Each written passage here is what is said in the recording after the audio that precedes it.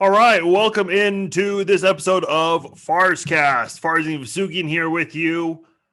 You guys are probably listening to this on Apple Podcast, on my YouTube page, Spotify, Google, wherever you can listen to a podcast. That is where you are listening to Farzcast. I'm also live on my Facebook page at facebook.com/Farz and Vousoughian.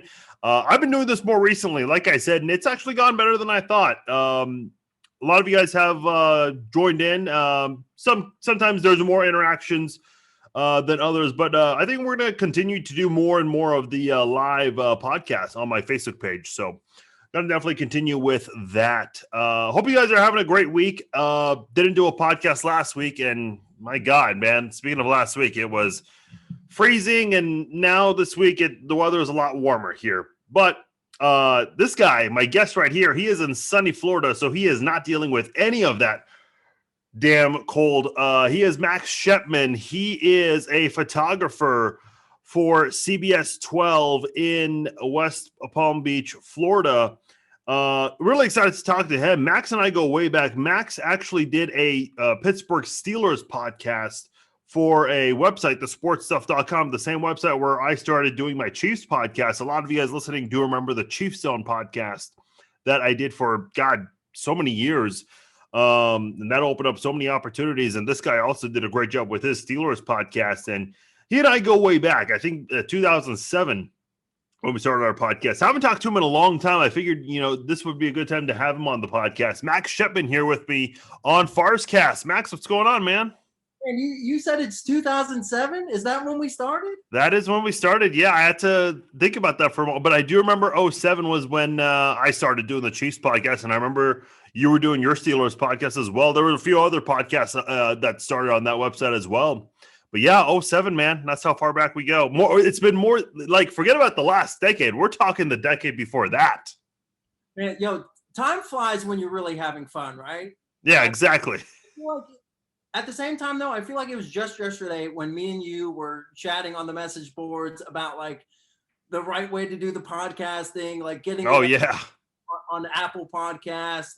Me and you like trying to get on each other's shows to talk Chiefs Steelers, and I think for me, it definitely was one of the best times of my life was going through the Steelers podcast, you going through your Chiefs podcast, and it was probably one of the best streams that I had was to be able to do my own podcast with the team that I love, that I follow very closely.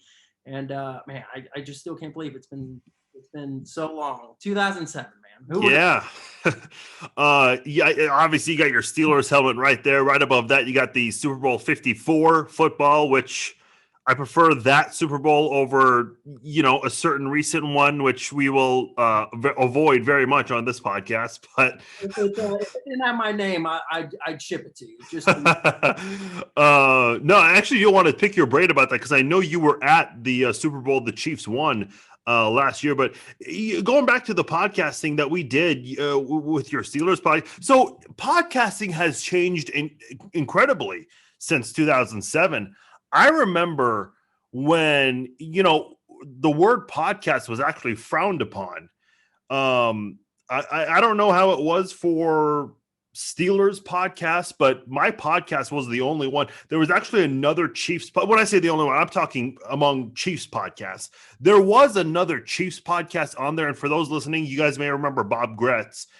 He used to write for the Kansas City Chiefs website. He now writes for Chiefs Digest, which is where Matt Derrick writes for. He comes on my podcast a lot. Really, really nice guy. But Bob Gretz did like a 60-second news update, but it wasn't really like a podcast show. It was just like a 60-second update. So my Chiefs podcast was the only one that was on there on iTunes, which was the only website, I think, where you could really find a podcast. And Adam Schefter was not doing a podcast back then. Stephen A. Smith was not doing a podcast. You know what I mean? Like all these big time guys, they're doing podcasts, and it's so easy for them to just pick up viewers like that because they're big time. Whereas you and I, we had to organically kind of collect our audience. And if you remember, it's now called Apple, I guess, because they don't use the term iTunes anymore, but iTunes did have like a top 100 podcast chart. And I remember your podcast and my podcast was consistently on that top 100 chart. Now they do a top 200 chart because there are millions of podcasts now. And like I said, the Adam Schefters of the world, Stephen A. Smiths, whoever, it's so easy for them to dominate the charts like that. So they have to expand that. But man, I mean, you and I really were part of that small group at the time that had podcasting. Now it's like there are hundreds of Chiefs podcasts. I'm sure there are hundreds of Steelers podcasts now. What is it like kind of looking back, knowing that, you and I were kind of the OGs of team podcasts? Just for the record, it's probably the only time I'll ever be called an OG. So I will take that title. But no, you're right, because I remember when I first started my Steelers podcast. I remember a couple months before there was a previous Steelers podcast that I would listen to. I think it came out like once or twice a week. I remember who you were talking about. His name is Fred. I forget his last.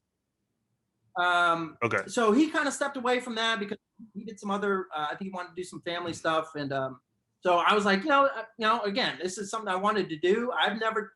When I first started my podcast, I hadn't really heard of a podcast like you. I mean, this was kind of like, okay, what's a podcast? Like nobody really knows like what that is.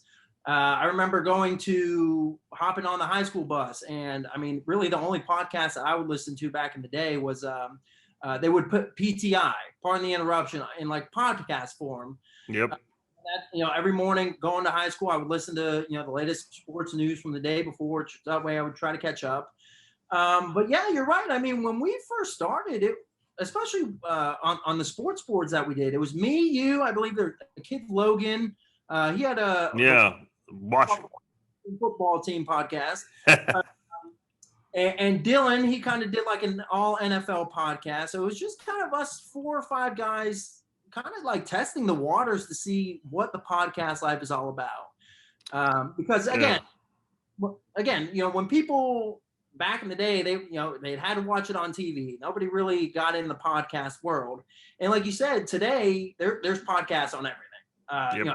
Schefter has podcasts. You said Stephen A. has a podcast. There's a general NBA, NFL, NHL podcast, whatever, music podcast, whatever you can think of.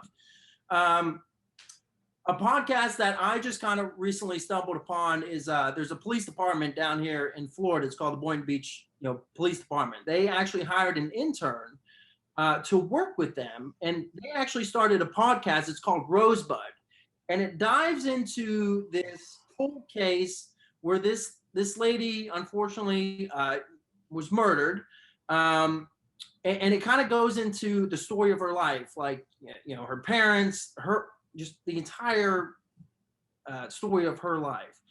And it's amazing because we just did we did a follow-up story with her last week, and the Boynton Beach Police Department have told us, they are getting more and more tips in from listeners because it's reaching out to so many people, because that's what podcasts do, especially with the explosion of them.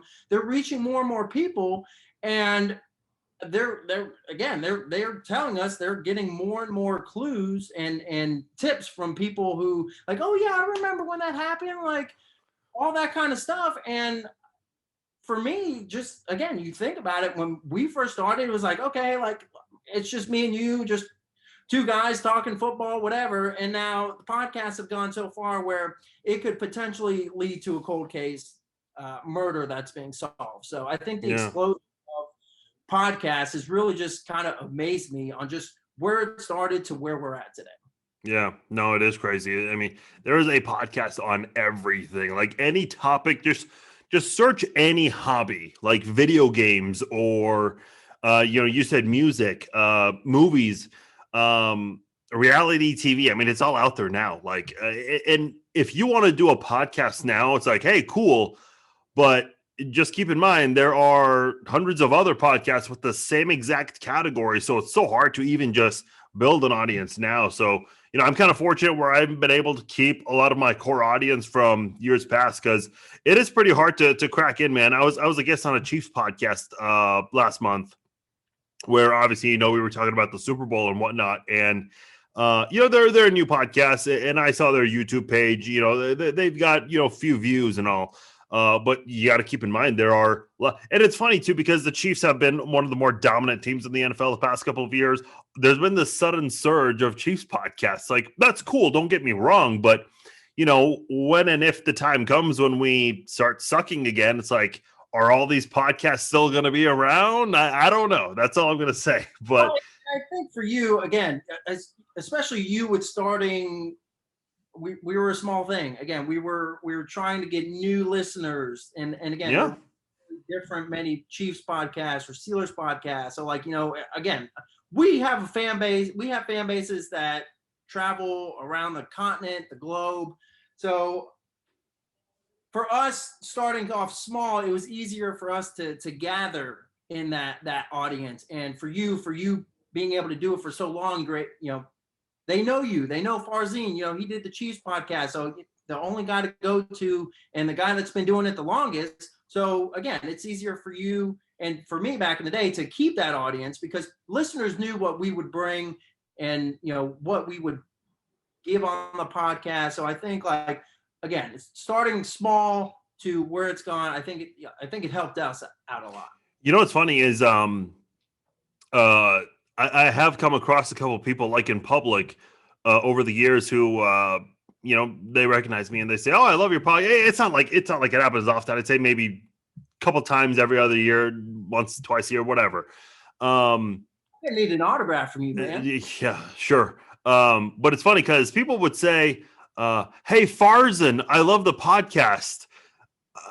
I'm like, thanks, but I kind of want to call you out on your bullshit right now because I do pronounce my name at the beginning of every podcast. I don't know, maybe people skip through that shit. I don't know, but I did get some of those comments. I don't know if people are messing with me or what. I'll just go with the latter on that one. That makes you feel better. There's been plenty of times where I've been like shooting a story and people are like, oh yeah, like they talk to my reporter or whatever, or they're like, oh yeah, we see you in the mornings, and we're like, oh, no. I think people just try to say hi and try to. Oh yeah, I know what we're talking about, but it's actually a common occurrence and happens. Yeah, well, look, I mean, you and I, we started the podcasting thing. I think we were both in high school at the time when we started out, and that helped us kind of open doors for all the opportunities. It certainly has for me. For you, I know you've been doing a lot of media, and I'm talking in the professional realm. I know you've left podcasting a long time ago, but talk about what you have done, because I know you've done some sports radio, and you're also in the title I've introduced you as a photographer for the local CBS station in your area. What have you been doing after your podcast? So after my podcasting, graduated high school, I did the Connecticut School of Broadcasting. So that was fun. And then that got me an internship at the local ESPN radio station down here in West Palm Beach. Interned with them for a little bit. Luckily, I was able to get hired there. Was a radio producer. Ran their local radio shows there. And then they actually moved me to television. They were kind of shorthanded on the TV side, and they said, "Hey, would you like to try TV?" And I was like, I mean, I've never done it before. Like, I've never held a camera. I have no idea what the heck I'm doing. But if this is an opportunity to do something different and maybe create a new way for me, absolutely.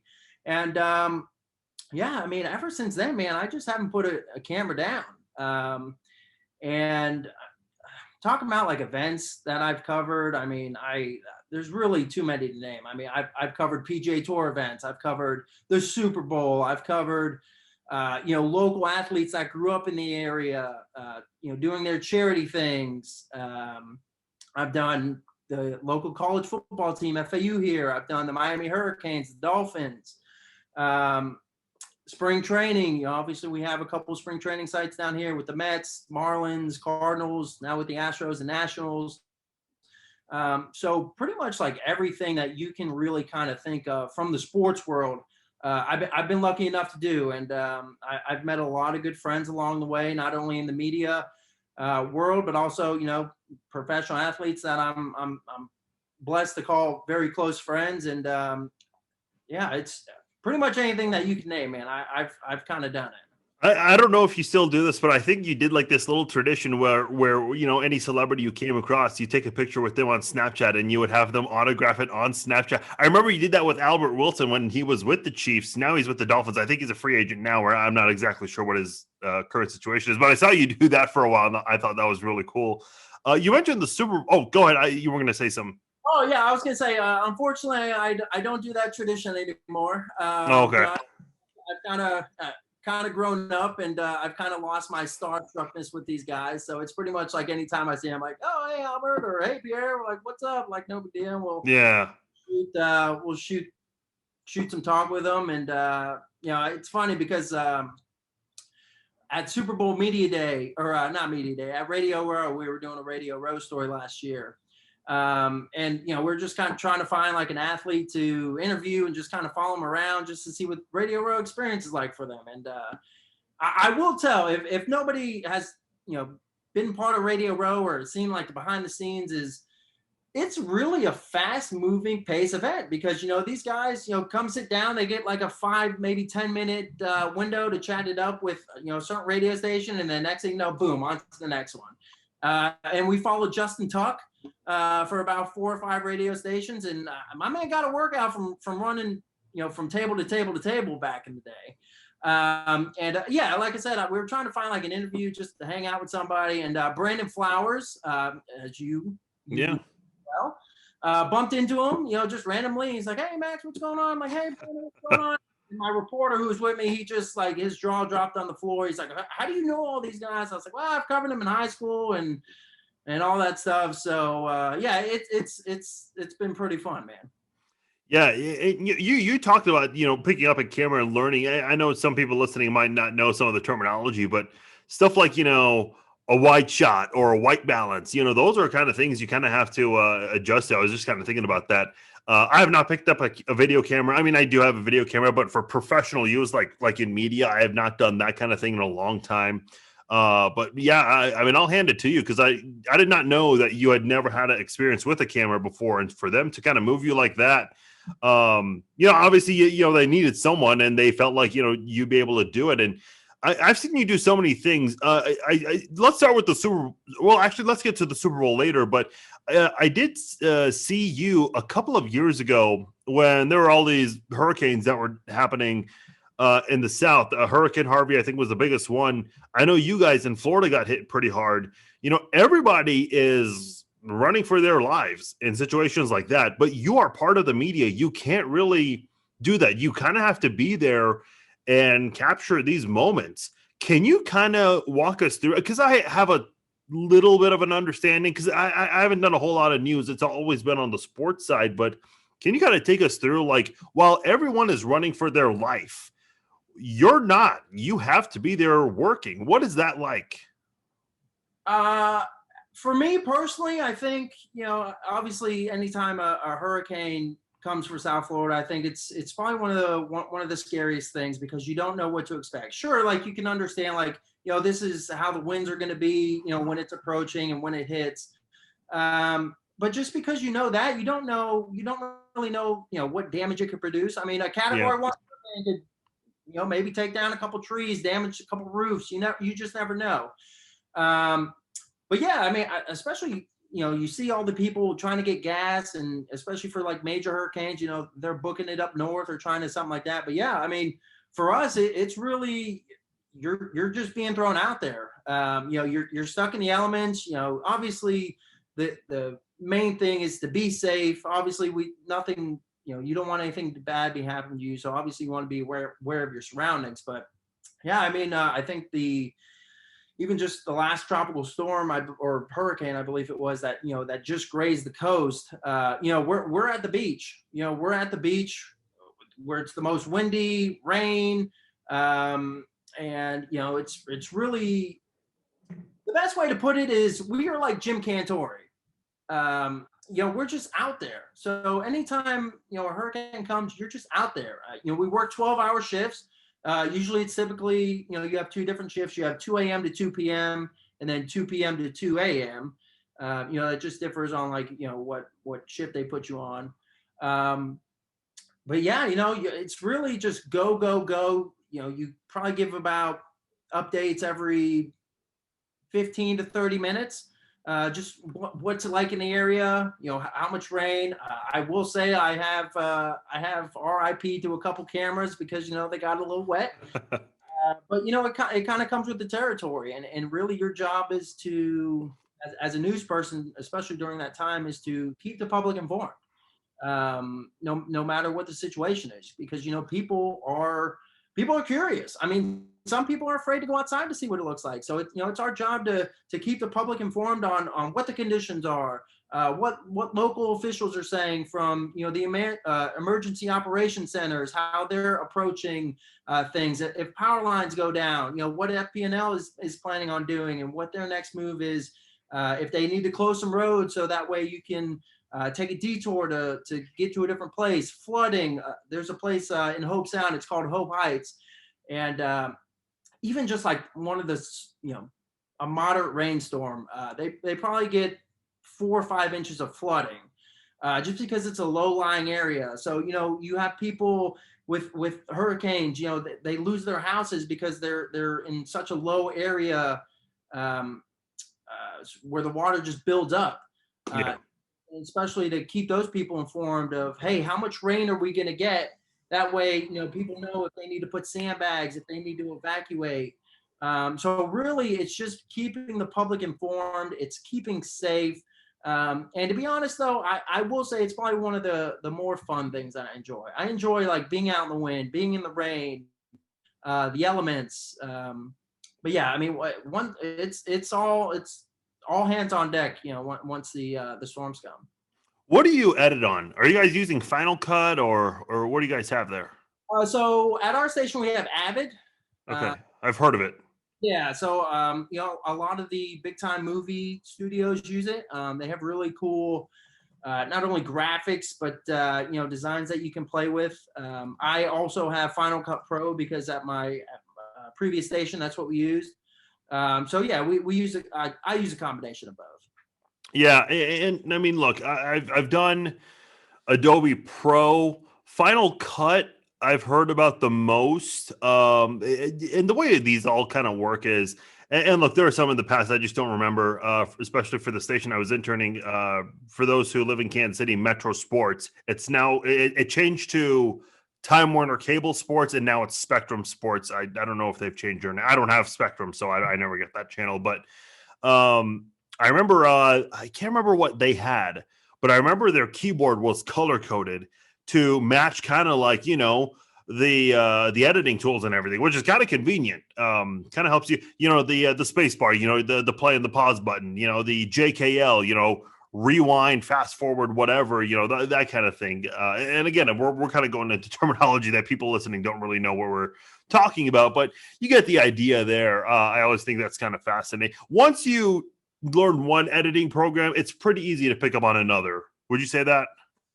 Yeah, I would say so. I mean, obviously, between Avid, Adobe, Final Cut, they all have their little trinks and tricks on all that stuff. But yeah, once you figure out one, you kind of grasp. It's easier to grasp the other. Yeah.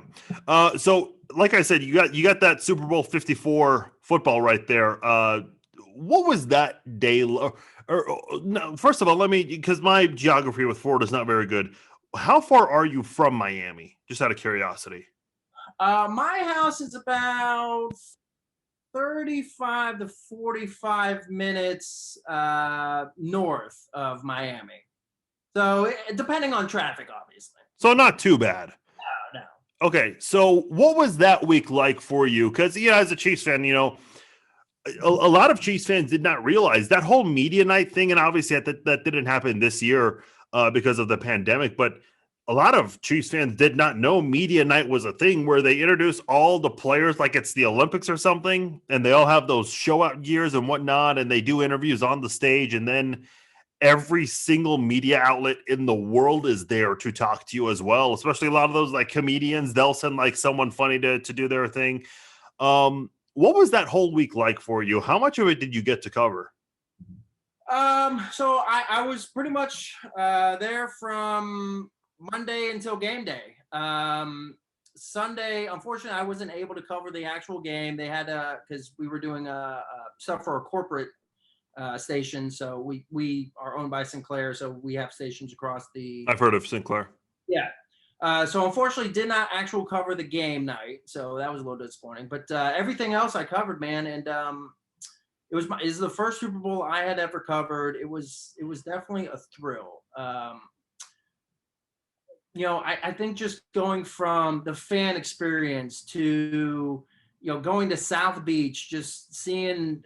Because they had the fan experience at the convention center, but meanwhile out at South Beach they had other stuff going on. They had they had Fox Sports out there. They had the ESPN tents out there. That's where they would broadcast from.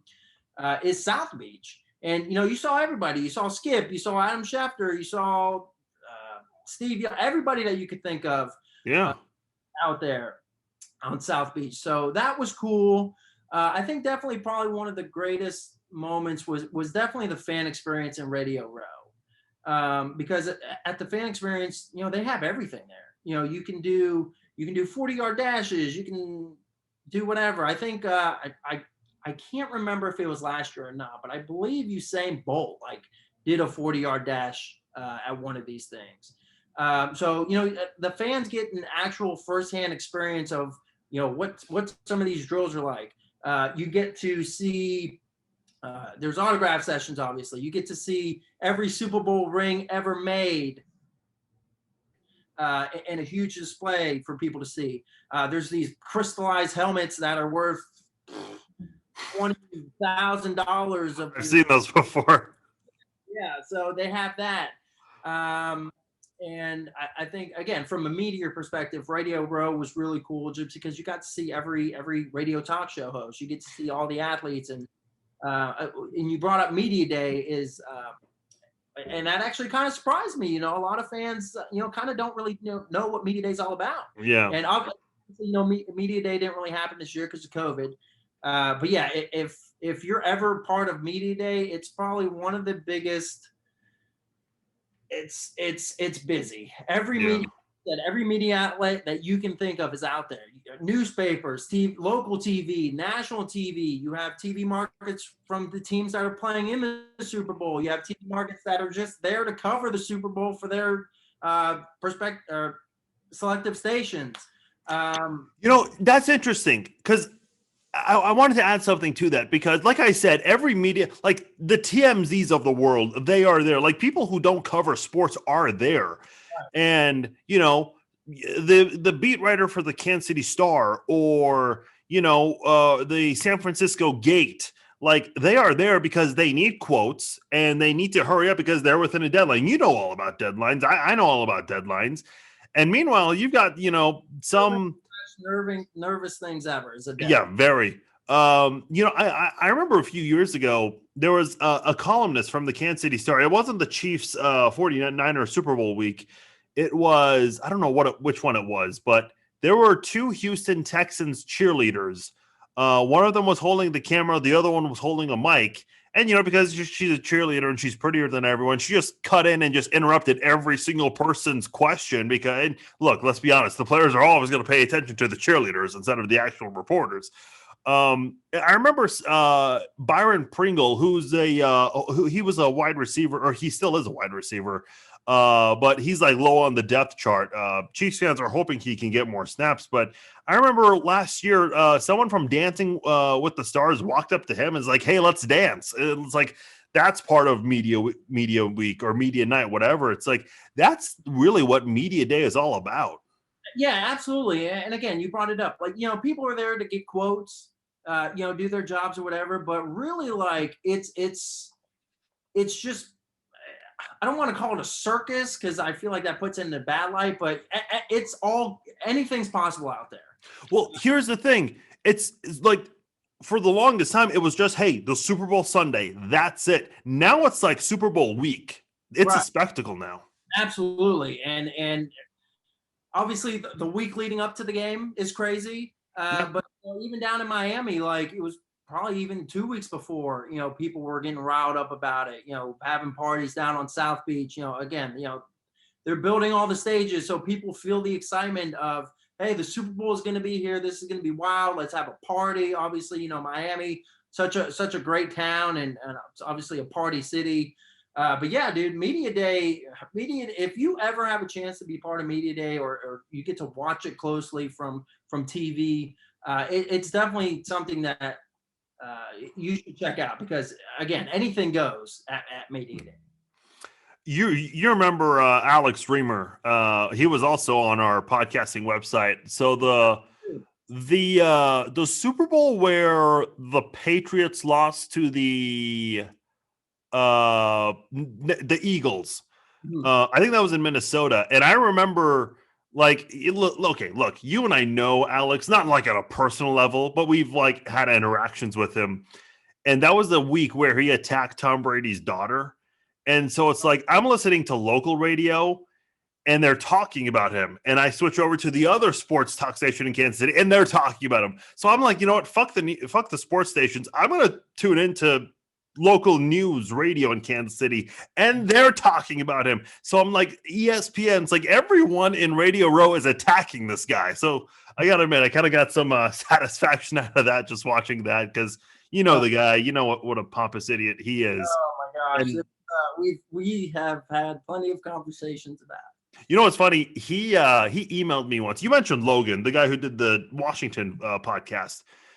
Alex emailed me once using his brother's email, and I don't know why I knew this, but I recognized the screen name, and I just knew that was it because he has a brother named Jake who's a Yankees fan. So he emailed me using an email called djyankeesjake@aol.com. AOL, by the way. And he goes, hey, I love your podcast. I go to college in Kansas City. I don't really like the other podcast hosts, the Steelers guy and the Redskins guy. I don't like those guys. And I just respond. I go, thanks, Alex Reamer's brother. And I sent it, and I didn't hear back. So it's like, dude, if you're going, the number one rule, if you have a burner account, don't get caught. And the second rule is see rule number one. If you're going to use a burner account, that kind of thing. Somebody should have took tips from Kevin Durant, because my man's known to have a burner account but has yet to be caught by it. So if anybody needs tips on burner accounts, just read into Kevin Durant. He does it pretty well. Where were we? Oh yeah, Super Bowl Media Week. So were you were there at Radio Row the whole week? Okay, I have a question. Are you a UFC fan, by the way? Yes. Okay, so you know who Kamaru Usman and George Masvidal are? Right. Were you there when they fought? Or I guess they didn't really fight, but... I don't believe so. I think that happened after we had already wrapped up our day. Oh, okay. Because... the next day, I heard from a good couple media friends of mine down there. It was wild. Yeah, so... for those who are UFC, those guys are bitter rivals. They had a fight in July, which was boring as hell, but I guess they're going to fight again soon. It's not really certain what's going to happen there. Usman had a great title defense recently. I'm sure you saw that against Gilbert Burns. But yeah, so I guess what happened was Jeff Schwartz, who's a former chief, now he's in the media. He filmed the whole thing, and he doesn't know who they are because he's not a UFC fan. And he goes, I don't know who they are, but apparently they're two very important people. And as a UFC fan and as a Chiefs fan, trying to pay attention to all the Super Bowl coverage, I'm kind of enamored by this. Like, seeing these two guys go at it, I just wish I was there to have captured that moment. But yeah, man, you're right about the whole media week. Forget the game. Like, yeah, the game's big with the commercials and the halftime show, but now it's like this whole week is such a big thing. So that's pretty cool. You got to cover that. I mean, I'm not in media anymore, but if that opportunity ever comes, man, I'd love to definitely at least just be there. We mentioned the Minnesota one. I think they were at Mall of America, if I'm not mistaken, for their media Radio Row. Yeah, because I've been there before. I don't know where they would set that up, but I'm sure it was a pretty. I mean, look, it's the NFL. They'll always have a good setup. They'll always figure something out. So shortly after that, unfortunately, we've always joked here in Kansas City, like if the Chiefs ever win a Super Bowl, the world will just go to hell. And unfortunately, that did happen. So I kind of want to ask you, and I've talked to this with a lot of my guests. talking about their industry and how this pandemic has impacted what they do. You did a really fascinating story. You captured some footage of the Florida Panthers. By the way, Steve Goldie, I was a guest on his radio show years ago with his co-host Jeff DeForest. I don't know if you know. Yeah, I was a guest on his show years ago. Goldie was not on there, but I digress. Goldie is a Panthers play-by-play broadcaster, and you did a story on NHL broadcasters and how they are still broadcasting their games, but they're not physically there for the road games. They are at their home stadium or arena rather, and they've got the plexiglass, all that stuff, and they're actually watching the monitor, the same screen, we're watching at home. Talk about that story, because that's kind of a unique story, and I think people really deserve to know what these broadcasters go through in terms of prep. And on top of that, they're not able to broadcast the game the same way.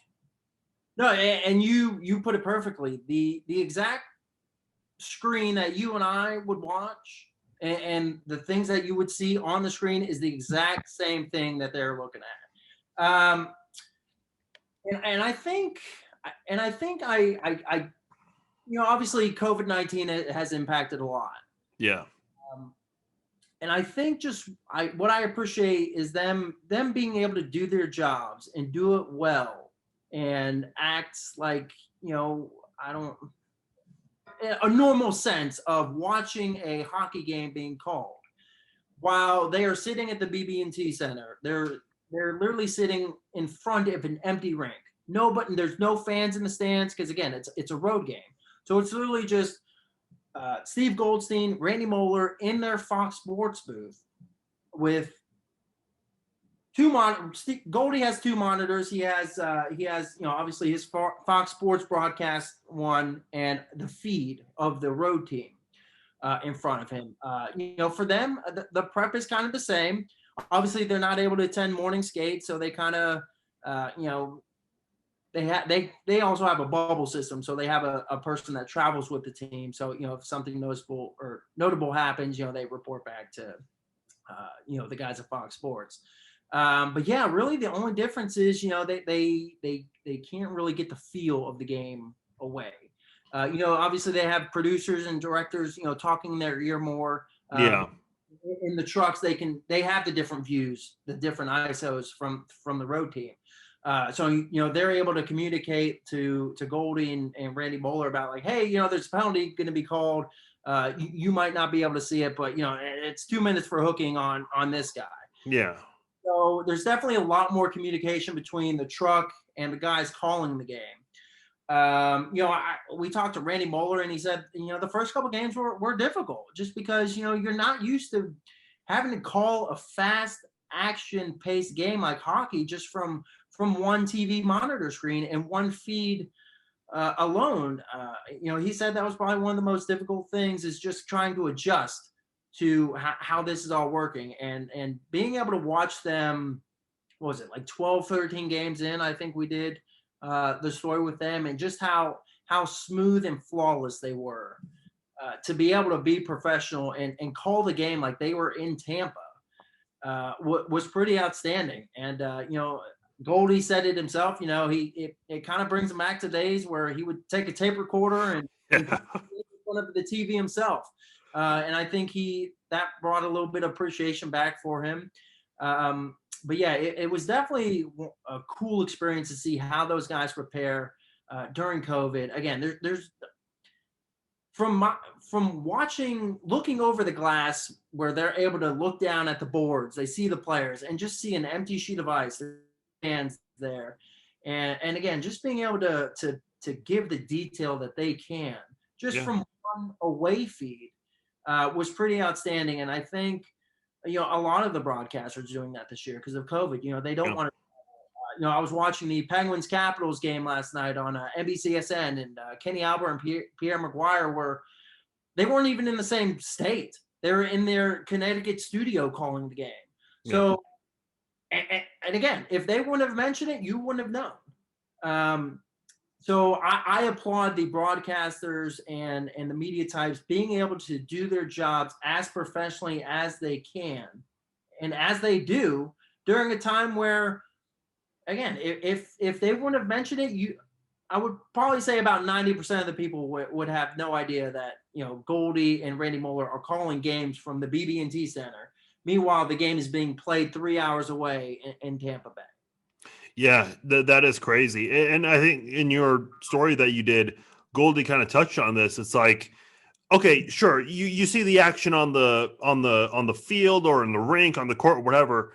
Obviously a basketball court and a hockey rink are much smaller, but in a baseball setting or a football setting where the field is much bigger, the setting is much bigger, play-by-play announcers have to pay attention to a lot of different things. I remember when I did play-by-play and I wasn't really good at it, but there were other things you had to pay very close to, especially on radio. And as Goldie said, you don't say every single thing you see. I remember when I was announcing KU basketball games, I would, obviously call the action, and, during a foul or whatever, I'd look to the bench and I'd look at Bill Self and see if he's talking to anyone. And, you don't always bring that up, but it maybe something significant happens. Goldie kind of said something similar where maybe he's talking to a player, and if that player makes a big play later, he might refer back to that. So yeah, you don't have that ability because you're not there in person. It's so difficult to do. And as you said, you wouldn't know that if they didn't say anything, but it has impacted them in a way. So it definitely makes you appreciate what they do, especially during a time like this when we need that entertainment, especially with everything that happened in the world in 2020, and we're still dealing with this pandemic. It is pretty crazy. I did want to ask you, because you're in Florida, and I know that state has been talked about a lot when it comes to this pandemic. How are things in Florida? Are they as bad as they make it sound to be? I know the governor's taking a lot of heat, and he's kind of sparred with the media out there. How do you feel things are going in Florida from your perspective? I mean, I think for me personally, I think it's tough because obviously, when you talk about a pandemic and the way that is kind of ravaged, the country and the state of Florida, any one death is too many for this. And I think for me personally, I think for me, it's just like, hey, everybody just needs to try to be as safe as possible. Obviously, you have people that disagree with some things. We'll be honest, just disagree, and they don't, they. I just think for me personally, I think it's about just being safe. I know at our digs, we take every precaution. We used to have morning meetings at the TV station. We all gather in a small conference room. Yeah. So, our morning meetings, we do off Zoom. There are times where our reporters will not go in the car with us, just as a safety kind of thing. So, we'll meet with our reporters, we'll do our story. Obviously, we social distance, 6 feet apart, mask on at all times.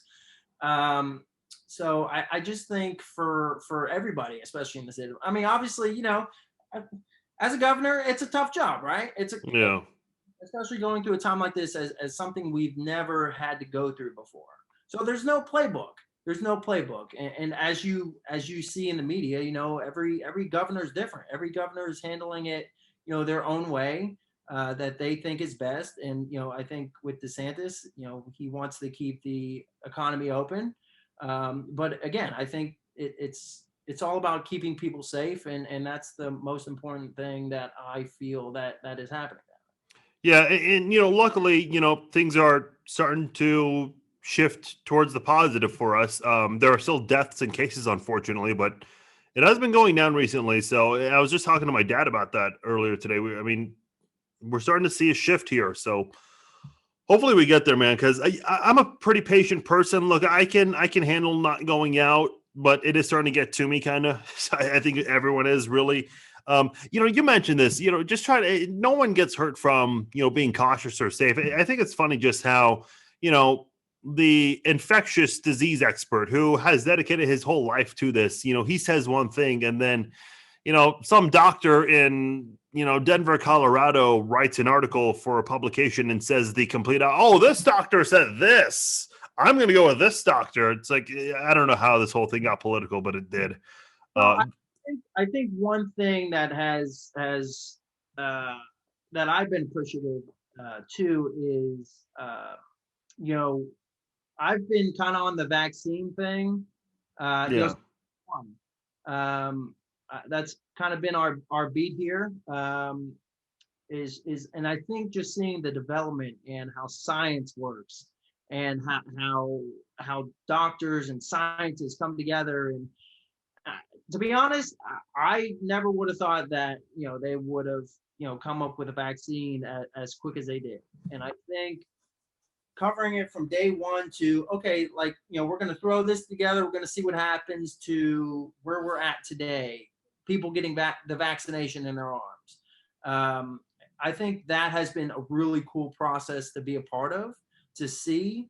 I know my reporter, I'll give her some shout out, Stephanie, she's actually being in a vaccine trial herself. So she's taking part of that, just to, so we can show people, hey, this is what it's about. This is, what goes through. This is, the end result. And obviously people, especially here in Florida, we're concerned about our senior citizens, about, getting them protected first. And I think just being part of that process has been really cool to be a part of. What was the criticism like again, from your perspective, because you're in Florida, I know they had the parade for the Buccaneers, unfortunately, because the other team just laid a goddamn egg. But a lot of people were criticizing how they did, because the Lakers, the Dodgers, the Lightning, they did not do their parades for their championships, whereas the Buccaneers, and look, Tom Brady's there, so it's a huge deal, I guess. But people gathered and they had a very unique parade of their own. What was your thought process with that, and what did you think of the criticism and some of the praise that the state got for allowing that to happen? Well, and again, I think it all just depends on a person's view, right? Maybe some person down in Florida is absolutely okay with it. Absolutely. It's a parade. They're on boats, so there is some sort of social distance going on there. And again, some other person could say they shouldn't have been a parade at all. I just think it's all on people's different perspective. I was personally okay with it. I only saw the aerial views of them on the boats. So I didn't personally see, the crowds that were gathered out there. Yeah, that's what I think the biggest criticism was, look, a lot of those players, they were with their families, and usually people trust their families and whatnot. I think the biggest criticism was the crowds on the side that were looking over the river or wherever they were doing this whole thing, because that's where people were gathering. I think that's where the criticism was the most. Yeah, and again, I think for all of us, if you're practice social distancing, you got your mask on, I don't personally see a problem with it. And again, it's all about being safe. We're not trying to add more to this pandemic. That's the exact last thing that we want to do, is add more to this pandemic. And as you brought it up, we are slowly trending towards the positive side of things. But for me personally, again, I didn't personally see the pictures out there, but for me personally, if it was, if you were practice social distancing and wearing a mask, then I'm all for it. I did want to rewind and ask you about protocol with the station, because, and look, I'm not one of those people that pays too much attention to local 10 o'clock news. For you guys, it's 11 o'clock, correct? Yeah, okay. That's something I did not know for the longest time, by the way. But I was watching the local 10 o'clock news for a couple of Kansas City stations, and the local CBS affiliate was actually interesting. So, usually, generally, you have two anchors, and news stations try to make it a male anchor and a female anchor. The male anchor was doing it from his own living room. He just had, the background on and just had the station's logo on his TV in the background. The female anchor was in the studio by herself. I'm guessing the only other person in there was probably a cameraman. And then they had the meteorologist. I guess they hooked up a TV to the back of his truck, and that was kind of you get the idea. Like, everyone's in different places. They're not in, I mean, way further than 6 feet apart. They're probably in different cities at this point. How did you guys handle, live broadcasts when at the thick of this whole thing? Yeah, no, I mean, during the height of it, I mean, we were not allowed at the station. If you were not a manager, if you were not, at times, if you were not a producer, you could not be at the station. So really, it was just the two anchors, and you brought it up. I think it's kind of a comfort thing too, for some people. Some people feel safer at home. I know some stations have the capabilities of being able to, broadcast from home. We have a setup on our cell phones where we can set up like a live shot for us as well. I know for the longest time, our morning weather meteorologist, did the weather from her home. They set up a whole green screen in her living room, and she would just do the morning weather right from her living room. Yeah. But yeah, again, for the longest time, especially now that Florida is kind of opening up, we are kind of getting towards back that sense of normalcy. So we are slowly starting to get back into the station. But during the thick of it, really, it was if you were not an anchor, and sometimes even now the producers produce from home because they want to keep very little people in the same building as possible. But as you mentioned, for the anchors, if you see both of them at home, our set is big enough where they are clearly 6 feet apart. Our one anchor will stand at this desk, the other anchor will stand at that desk, and if the weather guy's there as well, his set is in a completely kind of different area where everybody's social distance. That way, nobody can run into any trouble with that. But yeah, again, now that we're starting to kind of open up, more of us are kind of getting back to the station. I believe our work from home is extended at least until the end of March, I believe, the last time I checked. Okay. So I don't know what the latest update is that. I don't know if they're going to extend that or if the end of March is where we're all going to get back together or whatever. But yeah, it was very sparse. You only at the station if you were an essential part to be there. I had Ryan McKinnell on my podcast a couple of weeks ago. The last time I did a podcast, he does sports talk radio in Las Vegas. Unfortunately, so he does multiple sports talk radio shows. He works with Sirius XM. He does pro wrestling and MMA talk. And then he also did local sports radio in Las Vegas. Unfortunately, he got let go from his Las Vegas gig because of the pandemic, which unfortunately you've been hearing a lot of those stories the last 10, 11 months. But, he and I, we were talking about how they're doing radio shows now. A lot of radio show hosts, especially nationally, like you and I, we're in two different states right now. If we were doing an actual radio show, you'd be doing it from a studio in Florida. I'd be doing it from a studio in Kansas City. And we go on about doing the show. Now what they do is what you and I are doing right now. We get on Zoom. The producer is also on Zoom, but the producer is kind of hooking everything up from the computer to the audio board. God, there's a specific name for that. The control room, basically. They're producing it in that way. Like radio shows are being done in that way.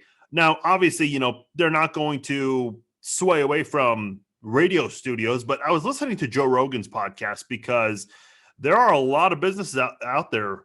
I mean, they're all working from home and they're still getting work done. And I guess the point he was trying to get at is, all these office buildings that people are renting, what's the use? Because they can be pretty pricey, especially when you think about electricity and water and whatnot. A lot of businesses are going to start doing work from home, even when things get back to normal, because, man, I guess we learned a lot about ourselves, what we can do work-wise during this pandemic. Well, you bring it up, and not only for, businesses, but for us media people, is things have changed so much. After a game, pregame, during after practice, you just waltz in the locker room, go talk to whoever you need to talk to, and no big deal. And a lot of these is, if you're doing a sports, it's Zoom only. Yep. So from a sports media standpoint, is that going to be the way going forward? Are they going to let people back into locker rooms however long? I've heard players are going to try to push for that, to keep it digital only. Right. And I think it's one of those things where it really makes it difficult as a sports reporter, because as you know, a lot of these guys, a lot of national writers and media people, they get their sources and they build their relationship with players. Yeah. Firsthand to, maybe they get a scoop, or if you could just text somebody and say, hey, what's the deal on this? So I think a lot does affect them, and I think going forward is how they're going to move forward. Because with us, as a news station, when you go out to go do a news interview, expect to go meet the person in person to do your interview, and that's it. And again, Florida has slowly kind of opened up, so we're kind of getting back to that. But for the longest time, it was Zoom only interviews. And I think for a news person trying to tell a story about a person or a business or something like that, and not being able to get that like one-on-one interaction and get the feel. It's like the play-by-play. You don't really get the feel, the emotion of that one-on-one interaction. And again, that's one of my biggest questions is, even if when the pandemic is gone, how much normalcy are we going to get? Again, not only from sports people, because are we going to be allowed in locker rooms? Are we going to be just strictly Zoom only? Because, example that I had, I covered the Dolphins, at the practice facility. So really you go down, you shoot the first 20 minutes of practice, really, which is them stretching and nothing too exciting. Yeah, I've been there. Yeah, so like on a normal day before the pandemic, you'd be at the training facility from, I don't know, 8 until 4 p.m. Because, you wait practice, you interview the head coach first, you shoot your practice, and then you're kind of waiting until practice is over. Then you go in the locker rooms, do whatever story that you're doing. Then you go back to the media room to put your story together, and then that's it. Yeah. This past year, you would go down to the Dolphins facility, you'd shoot the first 20 minutes of practice, and then that's it. You go home because you can get the Zoom, the sound from the players that you want from Zoom. So you don't have to stay there anymore. So that, again, that's one of my questions is how much normal is it going to be once this pandemic is up? I don't know what other teams did, but the Chiefs, I think at times would only pick one or two people. So it would be, the beat writer from the Kansas City Star and whoever is covering from ESPN's NFL Nation, they would let them show up. And this was a huge deal when Patrick Mahomes was going through that concussion protocol. It's like, okay, Adam Teicher, who writes for ESPN covering the Chiefs, it's like everyone is right now on his Twitter timeline because they know he's the only person that right now has access. And it's, I use the word loosely, but his competitors are going to be using him as the source. So he does kind of benefit from this, but certainly not ideal. The point I'm trying to make is, I remember before the season during training camp, which was a very interesting one. It was certainly different this year. I think they did allow some media, but obviously the interviews, they would do it on Zoom. So it's funny because I was watching some of the press conferences after training camp practices. You could actually see reporters in their car. You could tell they just watched practice and now they go, back to the parking lot and do your whole Zoom interview, whatever. Again, not the most ideal way to do things. But yeah, man, I'm interested to see what happens moving forward because this has changed a lot. I don't know if you saw any of the Super Bowl press conferences from this year, but I'm watching Andy Reid's press conference, and I don't know. It looked like they had this weird backdrop that was green screened. It looked like a weird firework. I don't know. I mean, let's at least get a little creative with these moving forward, because it could be permanent. So I don't know. Maybe I was just too pissed off after that game, but. Well, and and some people approach it differently. Yeah. Some teams use like a green screen, kind of animated digital background. I know for Steelers press conferences, they kind of would put them in like the old media room where they had the Steelers backdrop, so they had that as the background. Yeah. I don't know if you saw this, but speaking of backgrounds, did you see where it was the Zoom and it was the judge and like the lawyer guy, and he had the filter as the cat? Oh yeah, I did see that. Yeah. That was probably one of the greatest moments I have ever witnessed. And if we can occasionally get something like that to happen, I'm all for digital backgrounds. Yeah.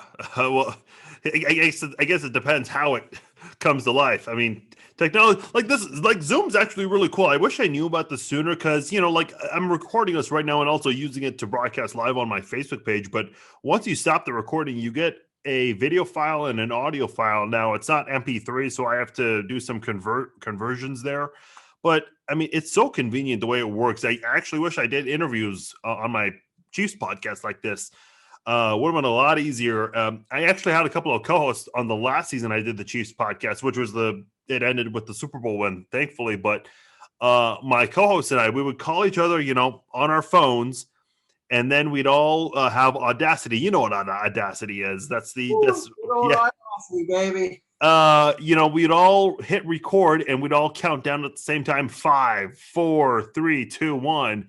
And so it was my responsibility to line them up. Whereas now Zoom just records all of that and you don't need to do any of that bullshit countdown, whatever. Before the pandemic, be honest, because did you even know what the hell Zoom was? I had heard of it, but I did not know the capabilities Zoom had.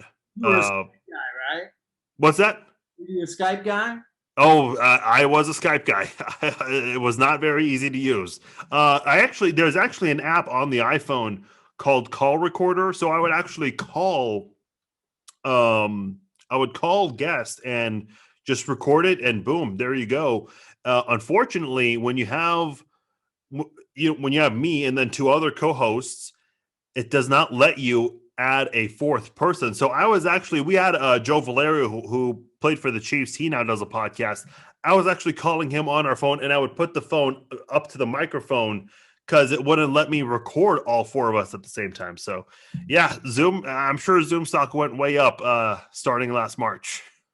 It's like the GameStop of before GameStop. Yeah, exactly. Yeah, the GameStop, exactly. Oh man. So what are your goals with this? Because I know, and me personally, like I enjoyed sports media. It's just not really what I expected. I wasn't willing to put in the time and the effort with all of that. I had fun when I was in it for sure. I did. I was with a local sports station in Kansas City, and it was really cool just hearing from, teachers and classmates from college and high school reach out to me saying, "Hey, I just heard you on the radio." I'm like, "Hey, long time no talk." So that was a really cool experience and all, especially when they read my work in the Kansas City Star. Like that was even cooler because the Kansas City Star is a big publication that goes out, everywhere across the metro area. But, I just kind of swayed away from that. Now doing my own thing, running a business, which I enjoy a lot more. And I love media, but again, the pay is so low, and I'm sure you know a lot about that. It really does take a lot to want to grind it out in a business like this. What are you wanting to do in the industry? Are you happy where you are? Are you looking to move up? What do you want to do in this industry? I mean, I love where I'm at now. Because I especially like being a photographer, you are really given the freedom to be as creative as you want. Yeah. So if that's one thing that I appreciate, it's definitely being able to be creative. I think one day, whenever the time is right, I think I'd love to get back into sports full time. Luckily, our parent company just bought the Fox Sports regional networks. So I think once the time is right and the pandemic is kind of fallen over and kind of come and gone, I think eventually, like one day, I want to get back into sports full time. I do think that is my ultimate goal because I love sports. If there's one thing that and you know this as well, if there's one thing I definitely have a passion for, it's definitely doing sports 24/7. And I don't doubt that you love what you're doing, but it's just, man, sometimes you do have to cover, deaths and murders and these kinds of things, and those are not fun at all. And don't get me wrong, unfortunately, those things happen with sports as well. Just recently, Marty Schottenheimer passed away, and, you do a story on that, which is not the most fun thing to do. The Jovan Belcher incident a few years ago, that's not something a sports reporter ever is ready to cover, that kind of thing. But more times than not, it is 99% fun and positive, even when they're losing, because it is sports. It's what we love. That's why we get into that kind of industry. So, yeah, man, I'm sure, you'll do a lot of great things, and you've done so much in both TV and radio. I'm sure, everyone in West Palm Beach, they're familiar with you. Maybe they don't know who you are, but they're familiar with your work in some sort of fashion, which is always really cool. And it was really cool kind of going behind the scenes with you. That's kind of what we do on this podcast, kind of learn about what people do and kind of go behind the scenes and get an understanding of what they do. So I'm sure a lot of people, if they did it before, certainly they have an appreciation for photographers and what they do. Hey, man, we got to do this again. It's been a while since we last talked. Let's not wait so long anymore. Hopefully, when football season kicks up, we can chat it up again, talk some NFL. Until then, man, thank you so much for coming on. Stay safe, take care of yourself, and we'll keep in touch for sure. Yeah, man, I appreciate obviously the opportunity. Like you said, it's been a while. Let's not have it so far in between. We chatted up. So I was very happy when I got a text message that Farzin. I was like, all right, yeah, absolutely. Hold on, before you go, that football behind you, that Super Bowl 54 football, what do I have to give you for that? There you go. In all its glory. Hold on. Is that autograph, or is that just like a normal football? No, this is so what was cool about Media Day is they actually had the guys from Wilson down there, and they were making footballs. So this is the exact game ball from the Super Bowl. So nice. Yeah, so we did a story on like you behind the scenes of how the football is made, and I believe it's a 5 or 6 step process.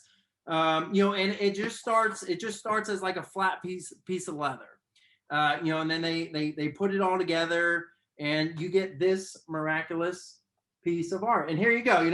Here you go. I don't know if you can read it. National Football League, Kansas City Chiefs, San Francisco 49ers. Yep, it has the date, all the good stuff. And so they're off. I believe they're going for like $160 or something like that. But they were offering media discounts. So it was only like $80, and I was like, well, it's the first time covering the Super Bowl. I got to get some kind of souvenir out of it, right? So why not go the basic route and get your name engraved on it? Oh man, that is awesome. Yeah, this is definitely one of my prized possessions that I definitely am proud to keep, and it'd be cool to tell the kids one day I got an official game ball from the NFL. And yeah, it's not deflated either. It's the right size. No, it's still sturdy. So it's got its hair. No deflation of the ball here, so we're good. I don't think Tom Brady's been around it. No, that's awesome. That's pretty. I was plotting on how I could steal that from you, but I guess if it's got your name, I can't really do much about that. But. Unless you legally change your name to Max Shepman. Yeah. Unless I do that, sure, that's possible. And what's that? There are options. Yeah, there are many options. Certainly, everything is a possibility. In all seriousness, man, hey, congratulations on everything you've done. We'll keep in touch, and until then, stay safe. Take care of yourself. All right, that's Max Shepman over there with CBS12 in West Palm Beach, Florida. A lot of fun stuff. Appreciate you guys joining me for this episode of Farzcast. If you like what you hear, share the links, let your friends know about the podcast. And until then, stay safe. I'll talk to you guys next week. Take care.